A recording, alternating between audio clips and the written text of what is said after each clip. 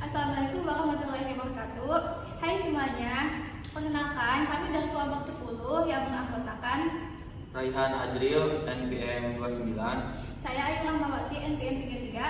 Saya Zahra Rizkia Yomi, NPM 037. Saya Samsudin Nuar, NPM 18. Oke, kami akan menjelaskan tentang analisis kinerja pada emiten BCIC dan pada emiten BACA untuk memenuhi tugas mata kuliah pasar modal. Oke. Ajril, aku mau tanya, kamu tugas pasar modal udah apa belum? Belum, masih bingung yuk. Bisa milih sahamnya, gimana kalau kita tanya teman kelas saya? Boleh, yuk.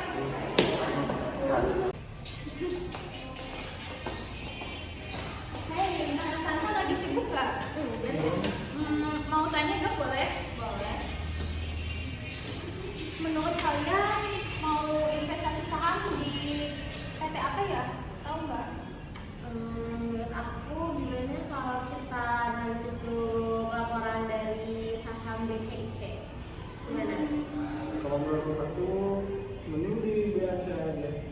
Kalau menurut saya mending dua-duanya. Baik, di sini ada analisis kinerja fundamental pada emiten BCIC dengan nilai EPS sebesar 4,77 dengan laba bersih sekitar 86 miliar dan saham yang beredar sekitar 18 miliar. Nilai peningkatan EPS ini yang ditunjukkan dari tahun sebelumnya dapat mencerminkan kinerja keuangan yang lebih baik dan potensi pertumbuhan yang positif bagi perusahaan di masa depan. Selanjutnya ada nilai ROE menunjukkan 2,27% dari laba bersih sekitar 86 miliar dan juga total ekuitas sebesar 3 triliun. Ini menunjukkan tingkat pengembalian yang dihasilkan perusahaan dari ekuitas yang diinvestasikan oleh pemegang saham.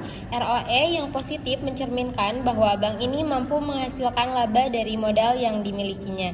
Selanjutnya ada debt to equity ratio dengan nilai sebesar 9,99 dari total utang 37 triliun dan total ekuitas sebesar 3 triliun.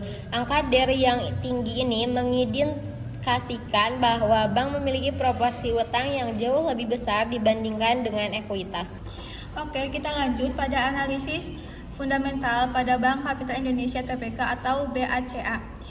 Untuk nilai EPS-nya sebesar 4,5 dengan laba bersih 80 miliar dan saham yang beredar 19 miliar.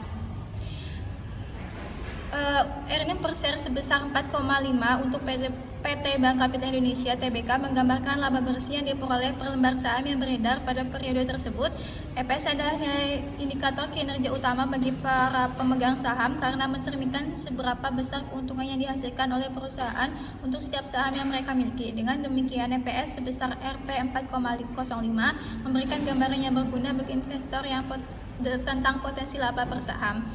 Oke, selanjutnya return on equity atau ROE dengan nilai 7,68% dengan EAT 80 miliar, total ekuitas 1 triliun 50 juta.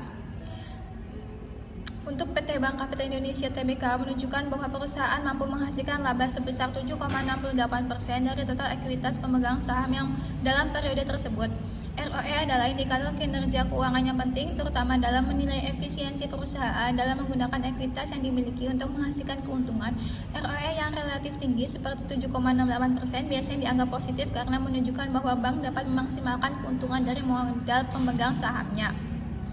Lanjut, debt to equity ratio atau DER. Total utangnya sekitar 5 triliun dengan total ekuitas 1 triliun 100 juta dengan nilai DER 4,55.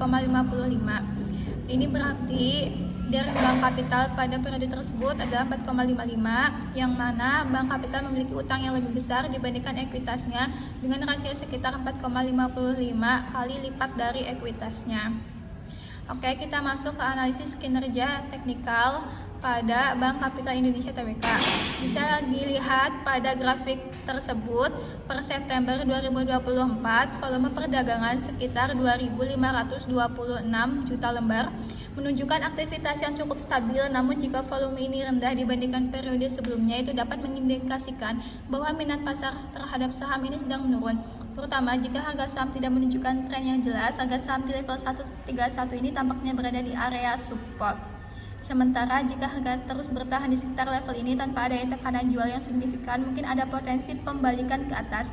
Namun jika level ini ditembus ke bawah, maka harga bisa terus turun lebih jauh. Dalam kondisi ini, strategi yang bisa dipertimbangkan adalah memantau level support di 131.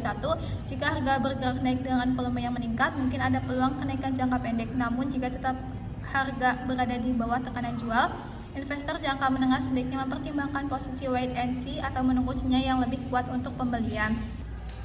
Jadi di sini kita sudah mempraktekannya secara langsung dengan membeli kedua saham tersebut.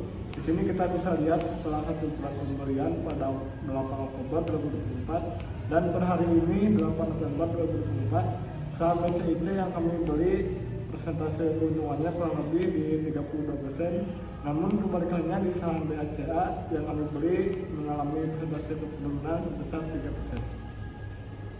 Kesimpulan dari pembelian saham sebulan yang lalu, lebih profit saham BCIC dibandingkan saham BACA per hari ini tanggal 8 November 2024. Oke, sekian presentasi dari kelompok kami. Kurang lebihnya mohon maaf. Wassalamualaikum warahmatullahi wabarakatuh.